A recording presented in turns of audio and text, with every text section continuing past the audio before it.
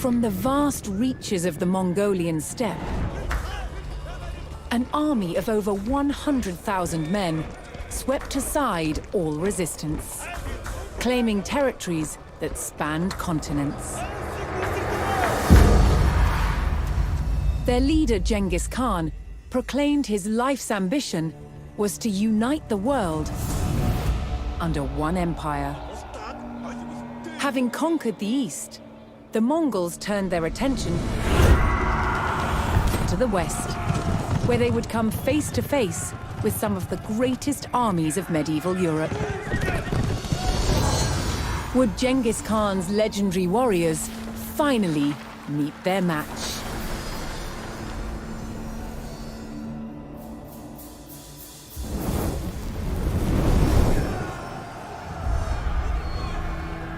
By 1221, the Mongols had taken cities throughout Asia, generating vast amounts of tribute from those they conquered. The West, however, was still an untapped resource. Genghis Khan sent his trusted generals, Jebei and Subutai, to attack Europe. With an army of 20,000, Jebei and Subutai took the West by surprise, raiding cities and destroying armies.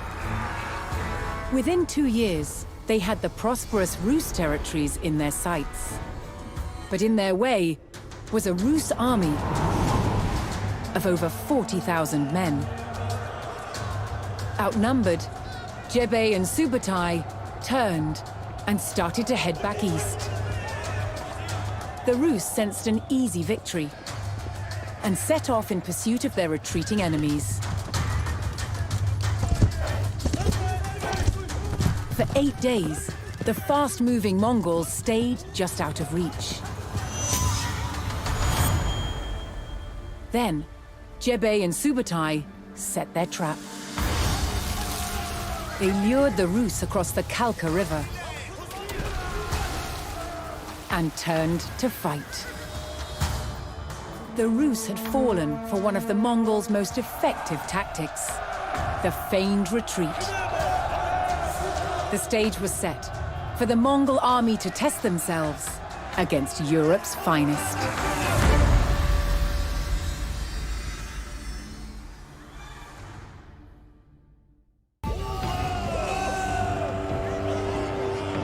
On the banks of the Kalka River, thousands of Rus were killed by the Mongols. The hunters had become the hunted. But in the years leading up to this Mongol raid in the west, Genghis Khan had been focusing his attacks on the east and the Qin dynasty of northern China. Controlling wealthy lands and trade routes, Qin cities overflowed with riches. In 1210, the Qin's new ruler, seeing Genghis Khan as a threat, demanded that he swear loyalty to him. Genghis Khan refused. To the Qin, this defiance was a declaration of war.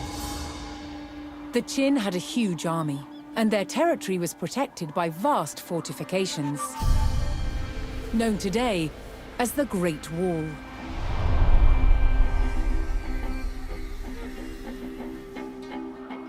The Mongols had never faced a more formidable enemy. Genghis Khan knew the only way to defeat the Qin would be to take their heavily defended capital city, Zhongdu, on the other side of the Great Wall. Genghis Khan would be committing his people to a long, hard war. Would the rewards be worth the cost? For answers, he looked to the gods. Climbing a sacred mountain, he prayed to the eternal sky.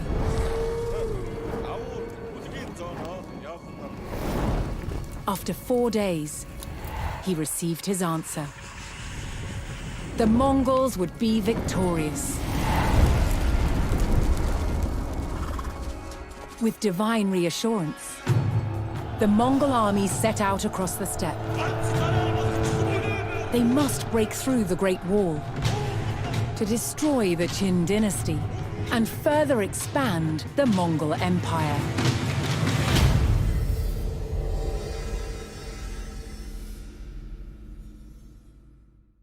Genghis Khan had successfully breached the Great Wall of China.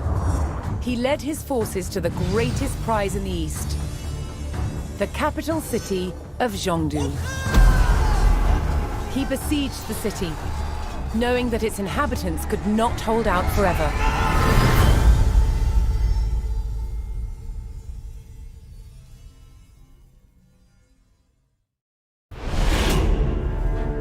On June 1st, 1215, the city of Chengdu, known today as Beijing, fell to the Mongols.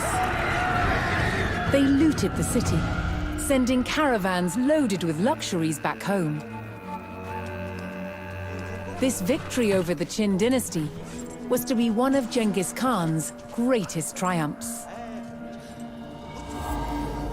After his death in 1227, his descendants continued the conquests, and his grandson, Batu Khan, had his eyes on the west.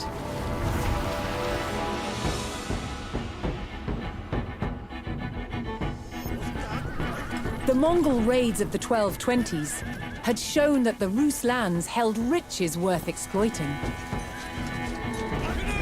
The battles had devastated the Rus elite, and their defenses were weak.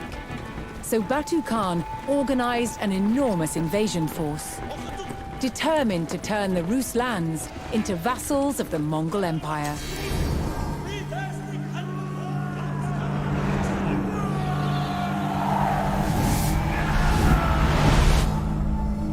The Mongols captured territory after territory. By 1240, they had their sights on the great city of Kiev.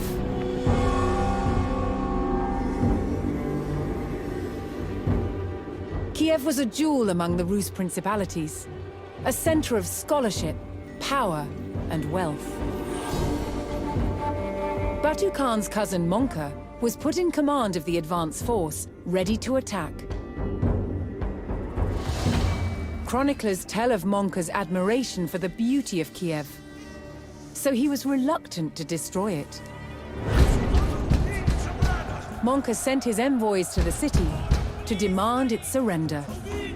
But Kiev's commander-in-charge refused and killed the Mongol envoys. Monka would not stand for such disrespect. His army rode to the city walls and prepared to attack. They would show Kiev no mercy.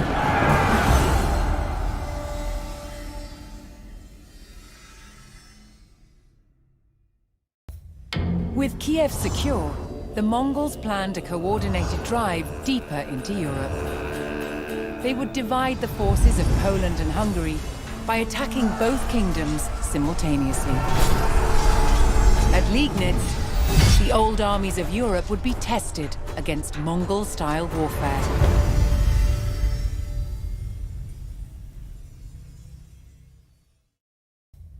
While the Mongols in the north destroyed the Polish army, Batu Khan and General Subutai rampaged through the south into the heart of Hungary. Tricked into an intense pursuit, the Hungarian king chased down these foreign invaders, all the way to the plains of Mohi.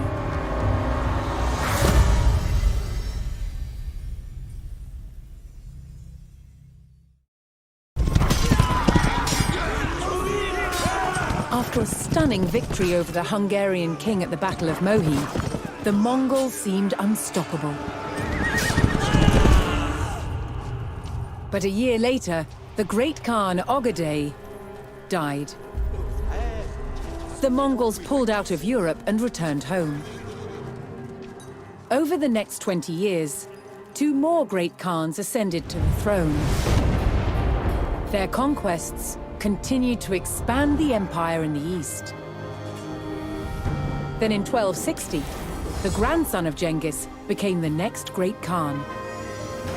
His name was Kublai Khan. He would rock the foundations of one of the medieval world's most advanced civilizations, China.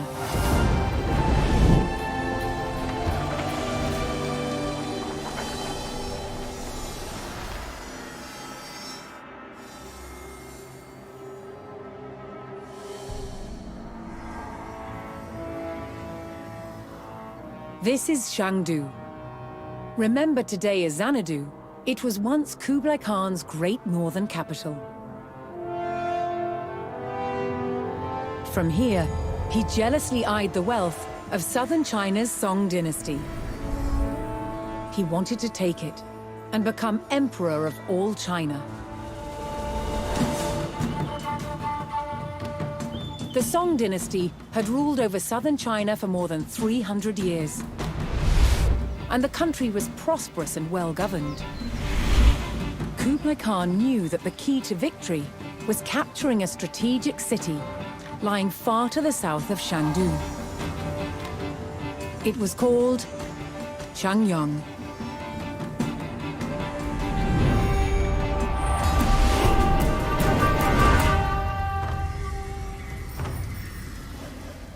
Changyang was the gateway to the south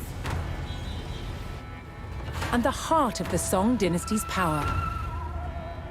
Controlling the Han River, a critical access route to cities further along the Yangtze. Capturing Changyang was Kublai Khan's only hope of becoming emperor of all China. The Mongol Horde had to take the city at all costs.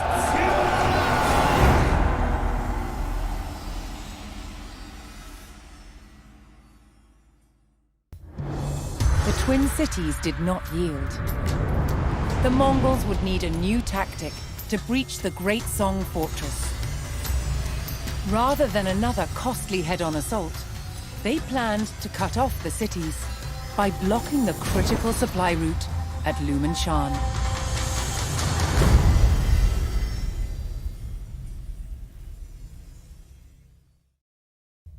Crippled by the loss of their supply route, the twin cities of Shenyang and Fangcheng were ready to fall.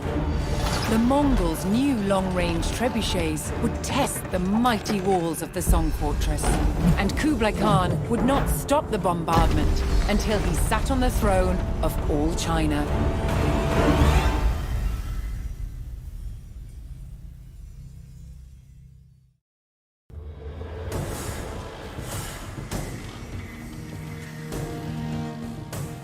The Mongol army smashed through Shenyang's defenses and captured the city.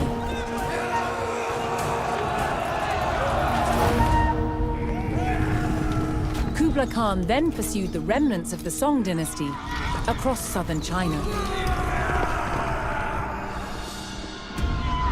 In 1279, at the Battle of Yamen, the Mongols destroyed the last defenders of the Song. Kublai Khan now ruled over all China, founding the Yuan dynasty.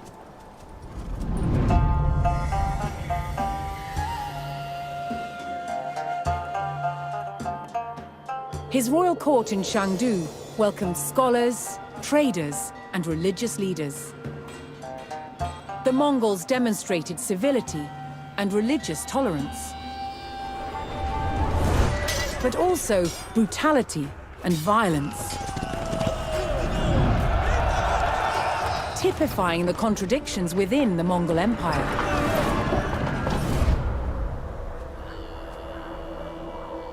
Since Genghis Khan first united the Mongolian tribes, they had made incredible advances in technology and trade. And they created indelible connections between East and West. At its height, almost 100 million people lived under Mongol rule, a quarter of the world's population. The Mongol Empire endured for less than 200 years, before fragmenting into smaller territories. But its legend continues to this day. Genghis Khan's mission was to unite the world into one empire. Yet he always returned to the Mongolian steppe, where the endless grasslands lay beneath the eternal sky.